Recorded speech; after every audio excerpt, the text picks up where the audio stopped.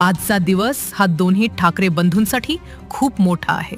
त्याचबरोबर शिवसेना आणि मनसे पक्षाच्या कार्यकर्त्यांसाठी तर आज दिवाळी आणि दसरा आहे, कारण ज्या क्षणाची वाट ते मागील 10 वर्ष बघत होते तो सुवर्ण क्षण आज आला। आज त्यांच्या आनंदाला पारावर नाही उरला, कारण दोन्ही भावांचा वनवास संपला। दोघे बंधू आज तब्बल 20 वर्षांनंतर एकत्र आले। दोन्ही बंधू आज तब्बल 20 वर्षांनी एकाच स्टेजवर दिसले आणि हे बघण्यासाठी कार्यकर्ते आतुर झाले होते। मित्रांनो, जे कुणाला जमलं नाही ते एका मराठीच्या मुद्द्याला जमलं आणि त्यांनी दोन्ही भावना एकत्र आणलं। आज दोघे ठाकरे भाऊ एकत्र स्टेजवर बसले, बोलले, हसले, भाषणे केली आणि सगळं काही सुरळीत झालं आहे असं आपल्या निष्ठावान कार्यकर्त्यांना सांगून गेले। मित्रांनो, मागील काही दिवसांपासून राज ठाकरे यांनी मराठीसाठी आक्रमक पवित्र घेतला होता।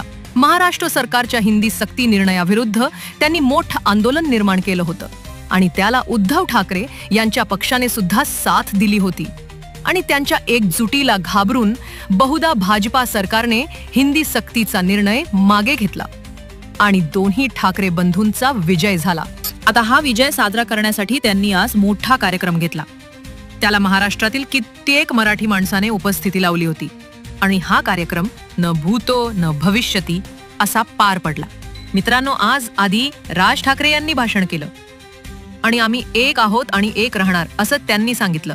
जे कुणाला जमलं नाही ते देवेंद्र फडणवीस यांनी करून दाखवलं आणि आम्ही एक झालो आणि इथून पुढे आम्ही एकत्र राहणार असं सुद्धा ते म्हणाले। तर उद्धव ठाकरे यांनी सुद्धा तेच मुद्दे मांडले, पण त्यांनी राजकारणातील कित्येक नेत्यांची चांगली खेचली आणि त्यांना त्यांची वाट दाखवली आणि आम्ही इथून पुढे एक राहणार, मुंबई जिंकणार आणि त्याचबरोबर महाराष्ट्र सुद्धा जिंकणार असं ते म्हणले। बाकी मित्रांनो, अशा रीतीने हा मोठा सोहळा पार पडला। प्रत्येकाला प्रश्न होते की ठाकरे बंधू कधी एकत्र येणार, तर ते आज एकत्र आले आहेत आणि मराठीसाठी, महाराष्ट्रासाठी ते इथून पुढे एकत्र राहणार आहेत, एकत्र निवडणूक लढणार आहेत। त्यामुळे सर्व शिवसेना मनसे पक्षातील कार्यकर्त्यांना आणि त्याचबरोबर मराठी माणसाला याबद्दल शुभेच्छा। इथून पुढे तुमचं प्रेम दोन्ही ठाकरे बंधूंवर असंच ठेवा। दोन्ही ठाकरे बंधूंना साथ द्या, त्यांच्या पाठीशी भक्कमपणे उभे राहा। तर धन्यवाद मित्रांनो, आजच्या व्हिडिओमध्ये एवढंच। भेटूया पुढच्या महत्त्वाच्या व्हिडिओमध्ये।